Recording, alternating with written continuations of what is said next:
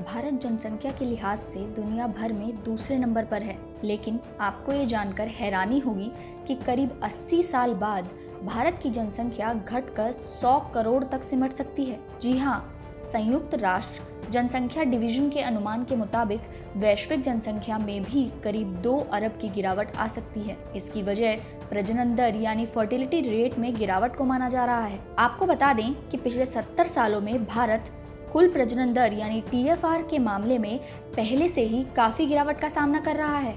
1950 में प्रजनन दर 5.6% थी, यानी एक महिला से औसतन 5.6 बच्चे होते थे। 2017 में ये संख्या घटकर 2.14 तक पहुंच गई। स्टडी में अनुमान लगाया गया है कि भारत में साल 2100 तक कुल प्रजनन दर घटकर 1.29% हो जाएगी। सदी के अंत तक भारत की आबादी 300 मिलियन यानी 30 करोड़ तक कम हो सकती है।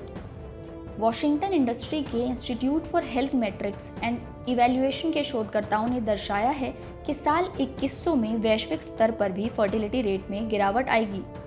साल 2017 में ये 2.4% थी। साल 2100 तक ये 1.7 यानी लगभग आधी हो जाएगी। अभी विश्व की जनसंख्या 7.8 अरब है। 2064 में ये संख्या 9.7 अरब पहुंचने का अनुमान है। इसके बाद दुनिया की जनसंख्या घटनी शुरू होगी और सदी के अंत तक 8.8 अरब रह जाएगी। पिछले साल संयुक्त राष्ट्र ने अनुमान लगाया था कि दुनिया की आबादी साल 2100 में कम से कम 10.9 अरब तक पहुंच जाएगी।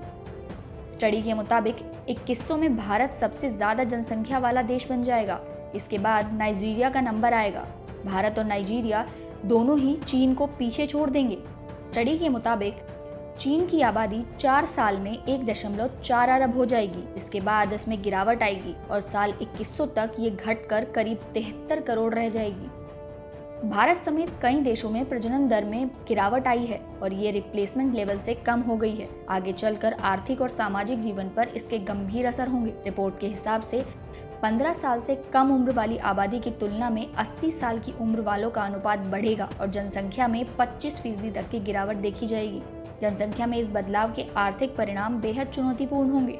बाकी चीजों के अलावा सिर्फ कामकाजी लोगों की संख्या में कमी आने से GDP ग्रोथ रेट में भी गिरावट आएगी। ऐसा माना जा रहा है कि भारत की कामकाजी आबादी 2017 में करीब 76 करोड़ थी, जो साल 2100 में घटकर 58 करोड़ तक रह जाएगी। साल 2100 तक दुनिया भर में बुजुर्गों की संख्या 20 साल से कम उम्र की जनसंख्या से ज्यादा होगी। सदी के अंत तक दुनिया भर में 65 साल से ज्यादा उम्र के लोगों की आबादी 2.4 अरब होगी, जबकि 20 साल से कम उम्र की आबादी 1.7 अरब होगी।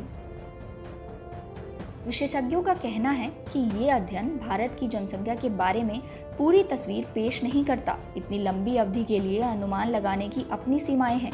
ये पूर्वानुमान इस बात पर निर्भर करता है कि 2 सबसे बड़ी आबादी वाले राज्य उत्तर प्रदेश और बिहार इस दिशा में कैसे आगे बढ़ते हैं।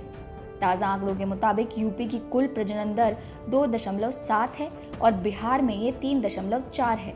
फर्टिलिटी के अनुमान में आर्थिक स्थिति सबसे महत्वपूर्ण पक्ष है। ये पूरी तरह से इस बात पर निर्भर करता है कि कुशल शिक्षा देकर आर्थिक स्थिति में कितनी तेजी से सुधार किया जा सकता है। अभी के आंकड़ों के मुताबिक महिलाओं के बीच काम की भागीदारी में गिरावट आई है और महिलाओं के बीच काम की भागीदारी में सुधार के बिना कोई अनुमान सही तस्वीर पेश नहीं करेगा।